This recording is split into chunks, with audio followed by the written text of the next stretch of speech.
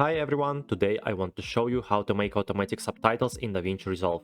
Before we start, please subscribe to my channel, it's the best thanks for me.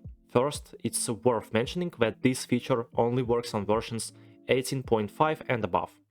Okay, I have an audio track and a video, there I talk about something. To automatically subtitle it, we must first select the part of the audio track we want to subtitle. To select, we use the I, start, and O, and case. These are the default case. Let's select, click on I, and other sound effect, and O. Now click on timeline from the top, and let's select create subtitles from audio. You can customize these options for yourself, but I use this.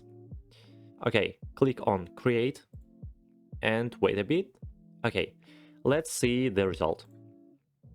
Hello everyone, my name is Nick. Today I want to tell you about how to create an underwater sound effect. Okay, well done. That's all for today. If this video was helpful, please don't forget to subscribe to my channel. Bye.